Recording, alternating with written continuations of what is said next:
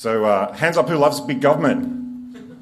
Oh, there's one. Okay. All right, maybe I haven't got the right room for that one. So I guess you might have heard of the expression fear of missing out, or FOMO. So I've got a different fear. That's the fear of ever-expanding government, or FEG, as I call it. So in fact, FEG is what first motivated me to get into politics. And that's very, yep, all right. Like everyone else, I was alarmed at what happened in the terror... Oh. All right, that's off. Okay. Like everyone else, I was alarmed at what happened in the terror attacks in the US in September 11, 2001. However, what alarmed me even more was the response of Western governments. One would have reasonably expected that there was some tightening of security, but what actually happened went far beyond that. The new emergency allowed governments to simply throw out long-held liberties and begin large-scale spying on their own citizens. I'd studied enough history to know the disaster that awaits when state power reaches a tipping point, and I also know enough about world affairs to realise that there are many people who live in misery due to out-of-control governments. I became determined to do all that I could to prevent this from happening to my country, and retain that determination until today. Even more so since I was elected last November to the Victorian Parliament. When we talk about the growth of government, there's two major aspects. So firstly, there's the simple financial aspect. This is just the amount of money that is controlled by the state rather than controlled privately. This is fairly easy to measure and observe. But we also have the parts of government that exert power over people and limit their freedoms. But first, let's have a look at the size of government in Australia. According to the ABS, the Australian Bureau of Statistics, there were just under 2 million public sector employees in Australia as of June 2018. There are about 12 million employees overall, so 1 in 6 people employed in Australia are employed in the public sector. And as we know, it's a full-time job keeping their hands out of the honey jar. In fact, it's my full-time job now, so I hope it's some consolation for the fact that I'm now also a public sector employee. It would be nice if public servants were actually our servants and performed some personal tasks like grocery shopping or picking up the laundry. As I'm about to explain, this would be far more useful than what many of them are doing. In my state of Victoria, the public service is a beacon of prudent management where everything is run efficiently and the waste of public money is unheard of. Of course, I'm just joking. In fact, the bureaucracy has grown by almost 1/3 in 4 years. More than 47,000 people in the public service are now working for the government. These figures do not include about 300,000 people employed as nurses, police, nurses and teachers. But of course, we need many of these people, but I'm not sure we can justify the 20% growth in numbers over the past 4 years, and much, much less sure whether the government should be managing it all. As a point of comparison, modern Egyptologists estimate a workforce of 20 to 25,000 people built the pyramids. I think we could easily spare this many people to build one Federation Square, which incidentally is another government another example of government overreach and incompetence. In addition, there are nearly twice as many executives in the Victorian Public Service as there was 5 years ago. This would account for the fact that the management of the Victorian Public Service is twice as good as it was 5 years ago. I'm joking again, of course. These figures also do not include the money spent on time or time wasted on consultants, the people who famously borrow your watch to tell you the time. This raises the question of what these hundreds of thousands of people are doing every day. Let me give you a few examples. Some of these people are of course required to not just spend your money recklessly, but to take it from you shamelessly.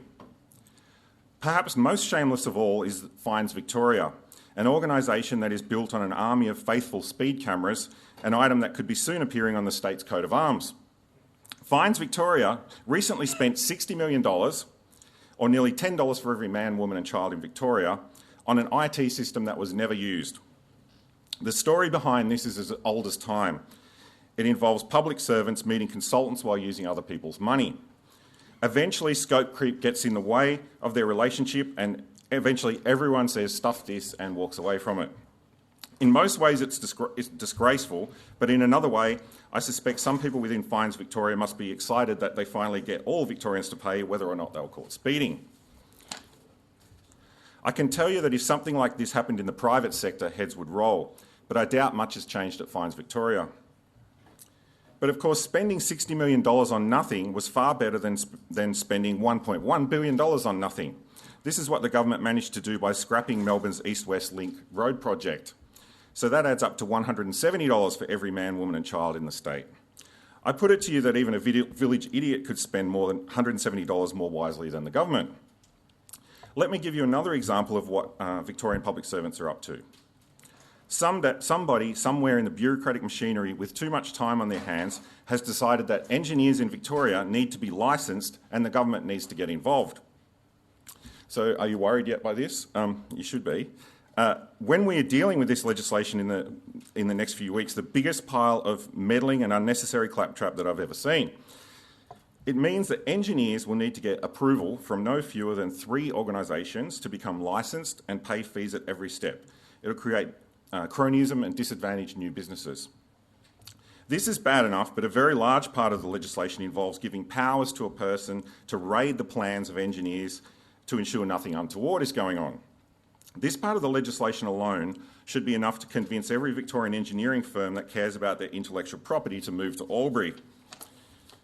Nobody has given any reasons why the Victorian engineers should be licensed other than a few overseas examples of catastrophic engineering failures. Many of these were actually overseen by government engineers. Yes. The engineering legislation demonstrates that bureaucrats who do nothing all day are actually better than the active ones. Another example of overreach that my colleague Tim Quilty addressed yesterday is the new Victorian lockouts of our state and national parks. There was a time, for example, any time in recent history, when people were allowed to climb in the Grampians, this is rock climbing of course, ride horses on beaches and go rallying in the outback. All this is now under threat because these activities require cultural heritage management plans costing anywhere from between $50,000 and $200,000, and there are 12,000 sites that may require these plans. If the current trends continue, and what's stopping it really, all Victorians could soon be working on cultural heritage plans recommending that other Victorians should stay inside. But as the government continues to expand, will it even be safe in our own homes? But it's not all doom and gloom. The government of Victoria recently tried to give a bunch of their own ministers a pay rise. This is right before they were about to introduce legislation to put in an independent umpire to recommend pay rises, like literally the same week. But luckily in this case, the crossbench in the Legislative Council, which I'm a part of, was very upset about it, and the ones that might not have been too upset were too embarrassed to vote for it, and we voted it down. So yeah, we had a success, and we defeated it. So Victoria is still getting used to the idea of having 2 Libertarian MPs, but where we can, we'll limit the growth of government, and when we can't, we'll make lots of noise about it. Thank you. Okay, that was a great presentation. For mine, we're going to travel to America, if that's okay with you. So as people who believe in the importance of markets as the greatest engine the world has ever seen for unleashing human prosperity and human flourishing, it's really important that we limit the growth of government and spending. But it's also important as people who believe in markets to look at how the government has grown also in terms of business, picking winners and losers. And it's really important that we don't let people use our name and our beliefs to spread the idea that it's the government's job to intervene in economics and pick winners and losers from business. And that's what I'll be talking about today. So here is the story in 4 parts. So in June of 2017, so just about 2 years ago this time, the President Trump, stood in the Rose Garden with the then governor of Wisconsin, Scott Walker, and the CEO of Foxconn. And this is a Taiwanese manufacturing giant, best known for producing the liquid crystals that are part of the LED screen on your iPhone or your smartphone. So first it was announced that Foxconn would be building a $10 billion plant in Wisconsin. They were going to employ anywhere from 3,000 to 13,000 workers, and it was going to be a huge boon to Wisconsin, which is a manufacturing hub in the U.S. And at the time, my colleague and I, Matt Mitchell, wrote an article saying it was unlikely that Foxconn would be able to deliver if for no other reason than they'd had a similar project that they announced in Philadelphia the year before. That project went nowhere quickly, but Philadelphia was still on the hook for about $250 million. And then it came out that we were right. So as you can see, a few months later, that $3 billion plant for Wisconsin ballooned to $4 billion, and then to $4.5 billion. And today, just a few months ago, it was announced that the facility in Foxconn hasn't been started. The workers who are there are not manufacturing workers or engineers, but people who are mostly just shoveling dirt around. And I think this is a great example of what happens when you try to substitute markets for government, or government for markets rather, and this is a predictable story. So at the time, Matt Mitchell and I also decided to do a calculation of what Wisconsin could have done with the money instead, because as people who are interested in economics, we're also always interested in opportunity costs. So currently, Wisconsin has one of the highest corporate income tax rates in the US. It's about 7.9%. Had they not actually decided to sign the Foxconn deal, they could have saved $200 million a year and used that to just cut the corporate income tax rate. And that would have been a way better idea, because instead of favoring one specific business, Foxconn, they could have favored all businesses, big and small, throughout Wisconsin.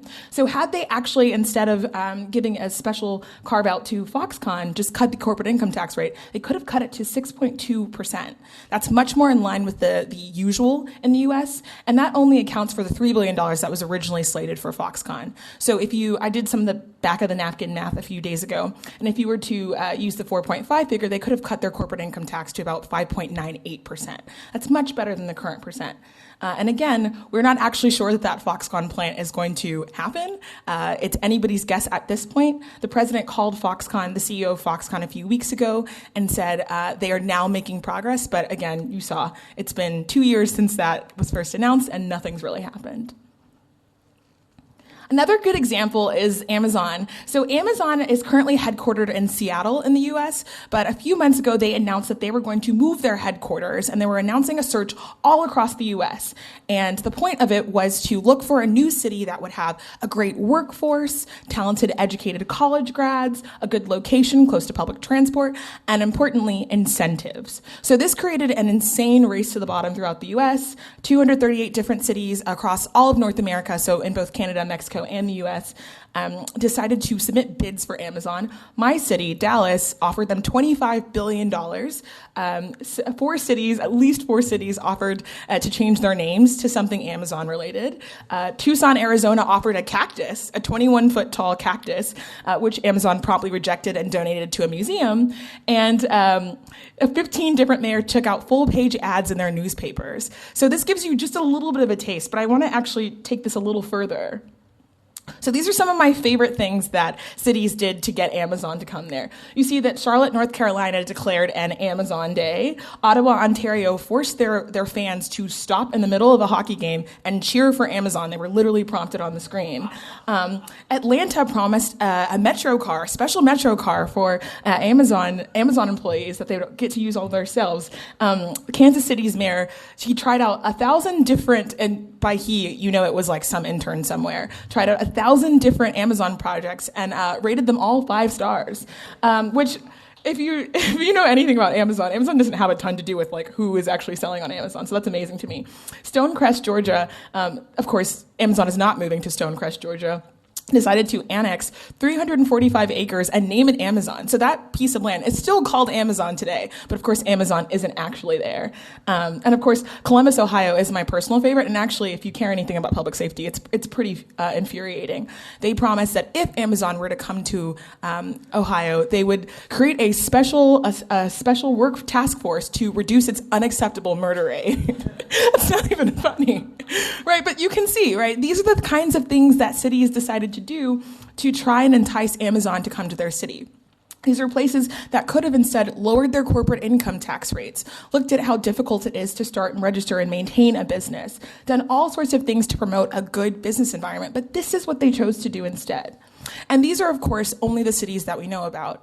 Most cities that submitted Amazon bids did not make them public, despite public disclosure laws. So in some cities, it's possible that Amazon knows way more about your city than you ever will. So if you think about it in a more cynical light, so if you're like me, you could think of the Amazon race this way.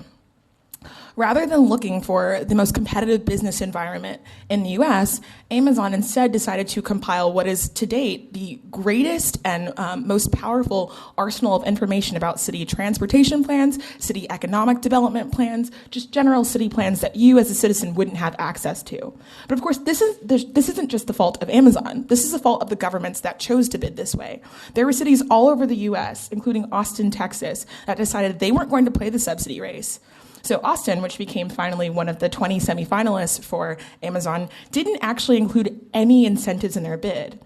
And yet, Columbus, Ohio, which again decided to create a task force to look at their unacceptable murder rate, didn't make it in the top 20.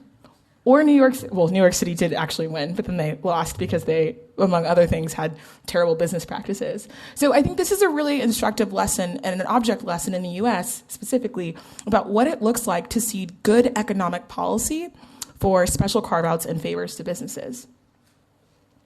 And so this is just a list of what we mean when we talk about government-granted privileges. So it's not just special tax breaks, but it can be things like monopoly privileges. The United States Postal Service has never turned a profit, but they have a monopoly on the Postal Service. You have subsidies. In the US, we subsidize the farming industry incredibly heavily. Our sugar prices are 20% higher than they are anywhere else in the world, specifically because we subsidize farmers. We have things like loan guarantees, tax privileges. In Georgia, we're starting to experiment with new nuclear energy. And so to date, a Georgia nuclear energy company has been given about $9 billion to basically burn a hole in the ground. And so it's when you introduce government privileges, specifically in business, you're also introducing some moral hazard. Because once you've gotten the money, you don't actually have any incentive to produce. There are no clawback procedures, and clawback, of course, refers to the ability for governments to renege on their agreements if companies do that first. We don't offer that. Tariffs, of course, and then non-competitive bidding. So it's really important not just to look at the growth of government in spending, but also the growth of government as it relates to government getting in bed with big business. If you truly believe in markets and the ability of markets to pick the best winners and losers, the ability of us as consumers to vote with our dollars, you shouldn't think that companies need our support from government. And these are, of course, among the several of the costs of favoritism. You have less competition and less dynamism in markets. Imagine if Wisconsin, instead of giving $3 billion, then $4.1 billion, then $4.5 billion to Foxconn, had just lowered their corporate income tax rate. Then they wouldn't rank 37th on the list of places to do business in the US.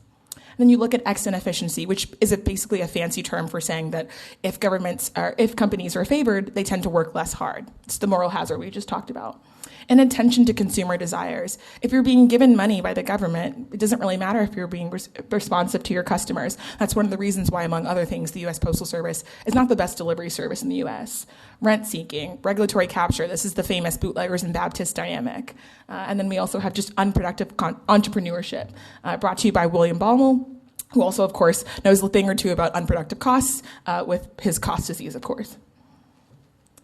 And so this is just a graphic to show you where people are actually located in the U.S. All of these states, on any measure, whether it's Cato's Doing Business Index, whether it's the Fraser Institute's Doing Business Index, these states, places like Arizona, Texas, North Carolina, Idaho, Utah, these are places that are the best business environments in the U.S. They're consistently low tax or no tax. It just goes to show that people and businesses vote with their feet when it comes to looking for productive places to do business. Cities and states don't have to throw money at businesses. They can just create good business environments and we'll do the rest. Thanks. Thank you. My data will be my presentation will be lots of numbers. So don't just focus on the what? How do you spell this? Okay. Okay. That one. Okay, that one. Okay. Yep. So I now write 3 times a week in Business World, so a lot of other presentations here I extracted from my column.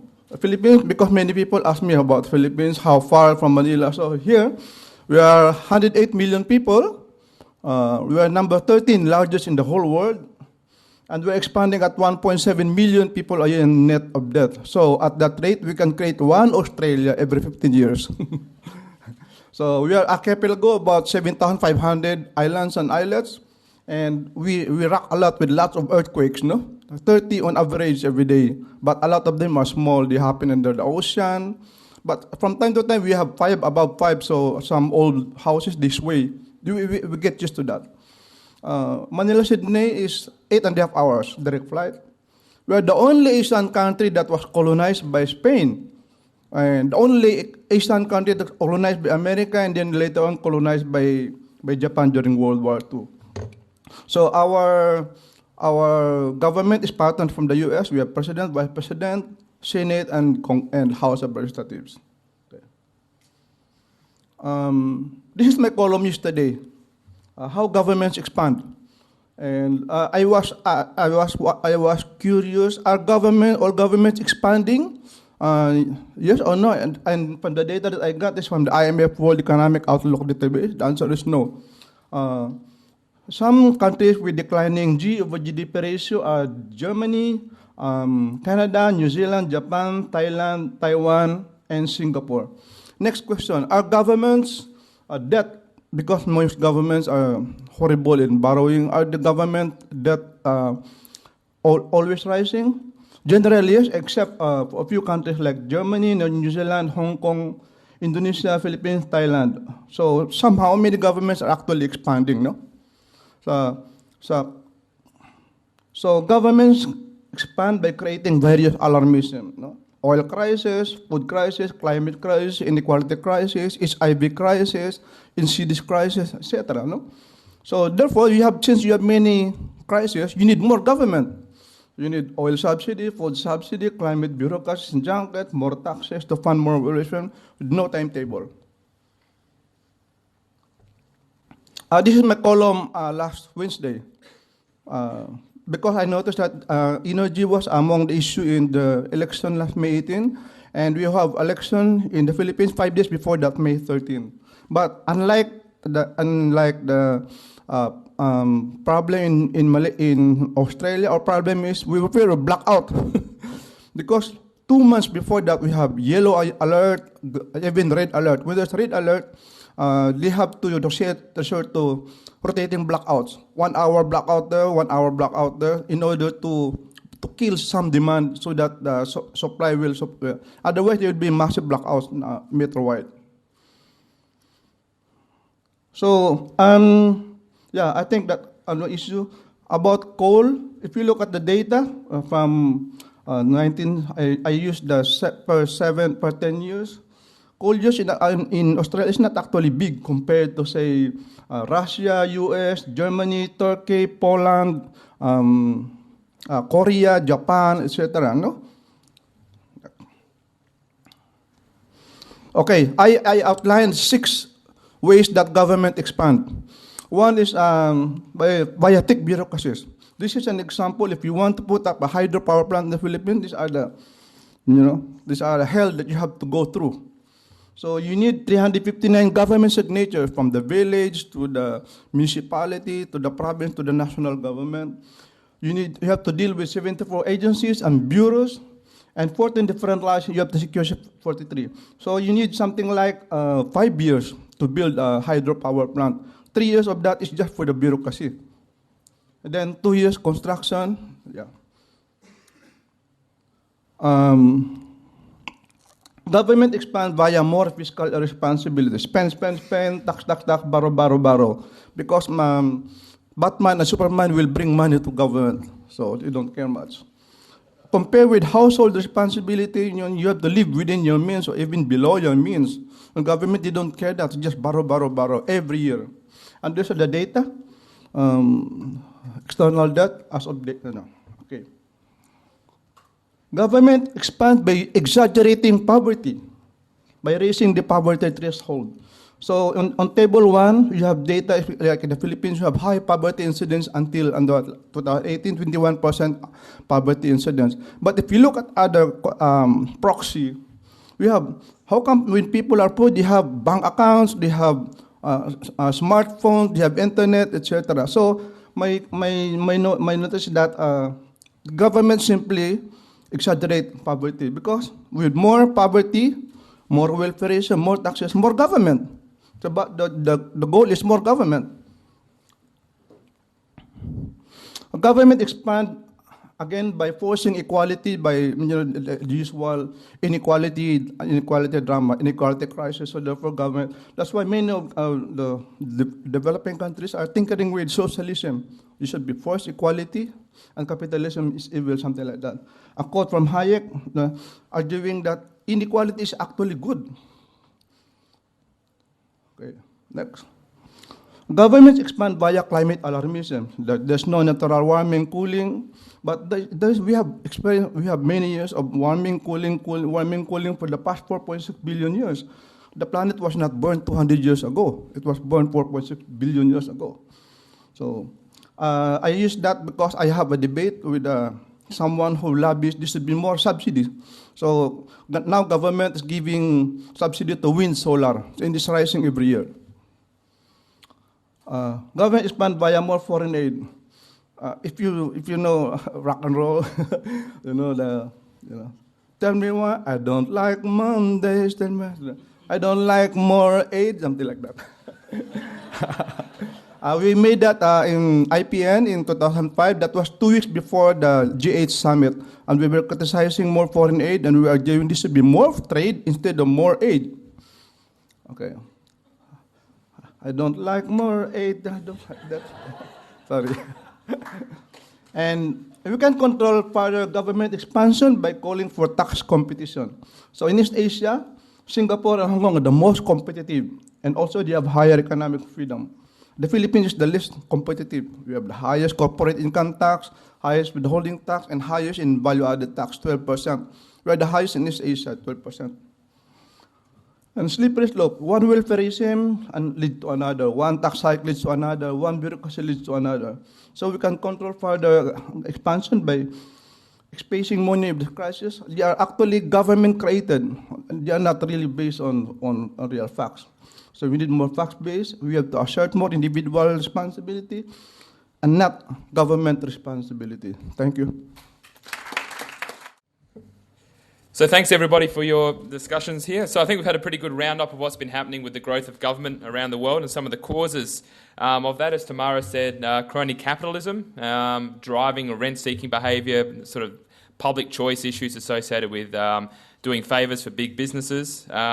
Some of the numbers behind the greed and the inefficiencies associated with government and the bureaucrats that inhabit that. And of course we know that it's undeniable that in Australia that government's been growing rapidly over the last few decades, whether we look at total spending, which has increased from around 18% in the Whitlam era to 25-30% today, whether we look at just the sheer volume and activity of regulation. It took, for example, about 300 pages to set up the Federation of Australia with our Constitution, yet every single year there's about 3,000 pages of legislation passed just at the Commonwealth level alone.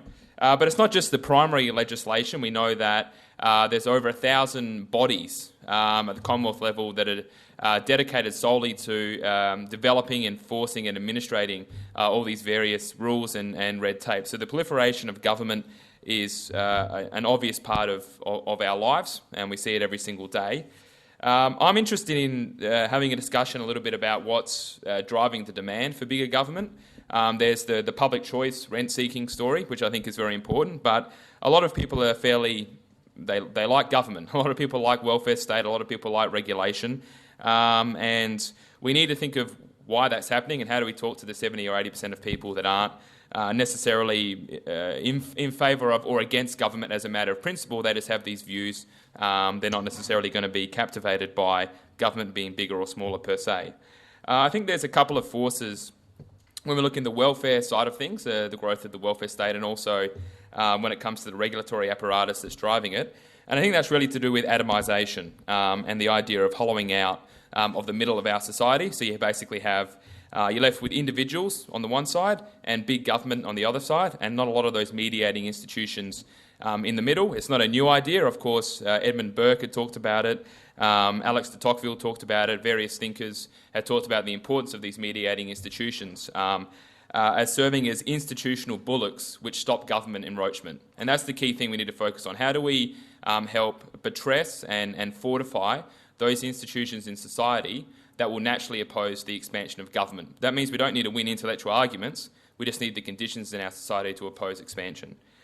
So in the welfare side and the social side, I think it's fairly obvious. You have the decline of civil society, declining role of families, religious institutions, community groups, and really the loss of what you would call mutualism. The idea that you've got to help out your neighbours, look after your neighbours' kids when you're not there. Instead, we go to taxpayer-funded childcare as an example, rather than having those things done by grandma and grandpa like they used to. Now, some people think that is liberating, that that the government is liberating you from your obligations to take care of your kids. They're liberating you from your obligations to take care of other people because you don't want to do it. And so this is one of the thinking on the right, which is government can be a tool to liberate people from their cultural obligations, and that is actually something that can drive that's something that can drive bigger government.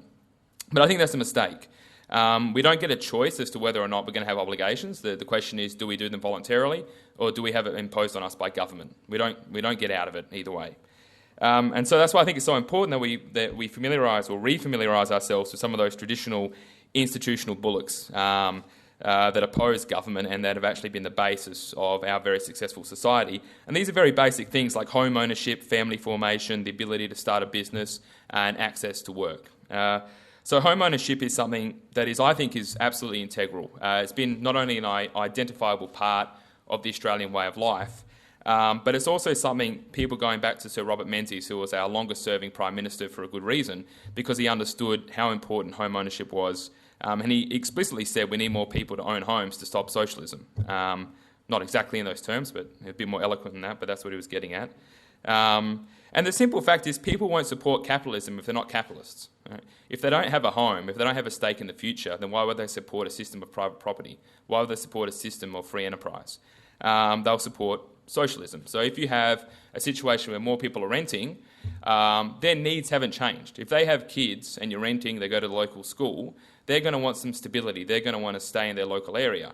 And so the more people who rent, the more calls there will be for regulation of rental agreements. And I guarantee you, in somewhere like Victoria in 10 years' time, if the trend away from home ownership continues, you'll have things like 3-year minimum tenancy agreements, you'll have fixed prices, you'll have various other privileges given to incumbent tenants because they want what everyone else wants, which is some stability and a stake in their local community, but they can't get it if they don't own a home. So sometimes we can think of home ownership as being oppressive in a way because you're stuck in an area, but being stuck in an area actually means you're going to oppose other people coming in and trying to change it. Okay, so this makes people dispositionally opposed to external forces having a control over their area when they don't. And so that's one of the important things about home ownership. It's the same as family formation. We know that parents have kids. They're going to be much more wary about what's going on in their schools, what are they being taught, where are their taxpayers' dollars going, who's hanging out in their community, what are people doing. They're going to become more vigilant. Okay, so this gives them a natural stake. It makes them naturally sceptical of outside forces. Again, it makes them more concerned, about they're paying their rates, they're paying their taxes, what are they actually getting for it? So they're going to be more observant about what government is actually doing. And similarly for enterprise, having a stake in our economy, having a joint stake in our economic success and our future. People who pay tax, as an example. If you pay tax, you're more likely to want to pay less tax. It's pretty straightforward. But one of the traps we've gotten into a little bit is to say, well, I'll take any kind of tax cut I can get. Well, that's fine. And so we tend to go along with the left. The left want to raise the tax-free income threshold. But they want to do that so less people are actually having money taken out of their paycheck, so less people demand smaller government. Okay, so we shouldn't go along with that trick. I think that it's very important that we remove the income tax-free threshold so everybody gets a pay slip. They see the government is taking something out of their pay slip. Now, I accept more people are going to be paying tax, and that's not great. But again, it's about how do you get these long-term institutional bullocks that are going to make people aware that the government is actually doing something that they might not like.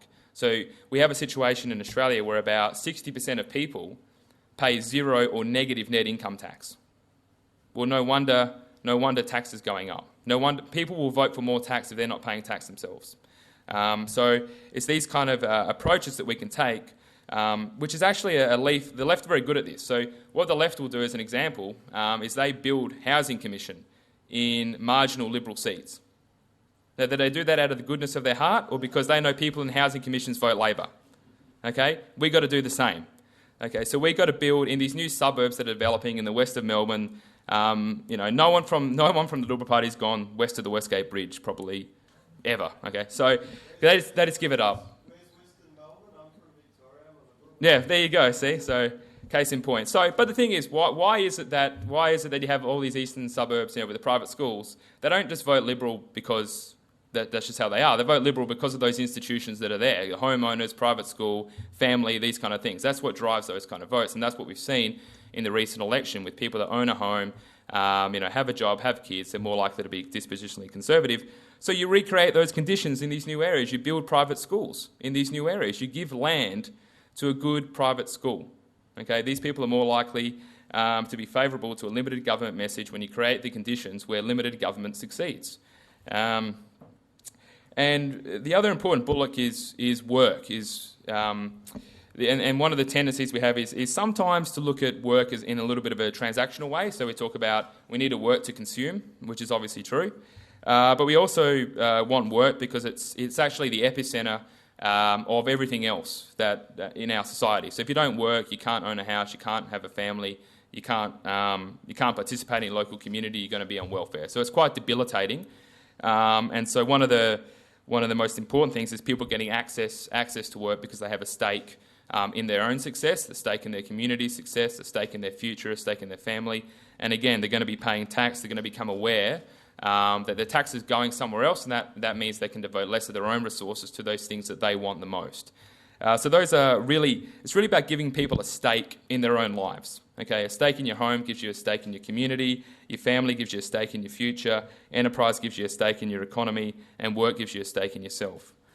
On the other key thing on the economic side, when we talk about atomisation, is this sort of tension between globalisation and localism. So on the one hand, we like to talk about the importance of decentralisation and having more local government and less central government because government that's closer to the people is going to be more responsive to people, less abstract, less engaging in all these different extravagances, and more held to account, which I think is basically right. But on the other hand, we like globalisation because it's trade and specialisation generates wealth. That's how you get wealth. So these are sort of incompatible ideas. If you want to have more localism, you have to surrender a little bit of that, little bit of wealth accumulation. People have to be willing to say, I'm going to take Main Street over Amazon, as an example. So there's a bit of a tension that exists there that we haven't quite figured out exactly which direction we want to go to. I'm not convinced that the globalisation angle will work long term for smaller government because, again, it creates a sort of a fairly big anonymous force. And we're seeing this at play now in Australia where people love small business but they hate big business. And so we had tax cuts, corporate tax cuts, that went only to smaller businesses. They didn't get through to bigger businesses. And the reason for that is people don't like big business. It's very difficult to convince people that big business are an important part of our economy, important part of our society. We can make all the arguments we want, but people are psychologically disposed not to like big business. And that's because when you walk into a shop owned by mum and dad on the corner and you buy a coffee and a T-shirt or whatever, you actually see it. You give them money, you get something, you talk to them, it's fairly personal. When you walk into a bank, no one knows what the hell's going on in a bank. You go into a fancy bank with someone wearing a suit and you give them a cheque and then apparently it goes into an account somewhere. No one really knows what's going on with international financial capital flows, superannuation. People are pretty remote and distant from these forces. And that's not to say that they're bad. It's just to say that it's hard for people to get a grip on what's actually going on. And so they can sympathise. They can sympathise with the truck driver. They can sympathise with the person that owns the cafe, but they can't sympathise with the banker.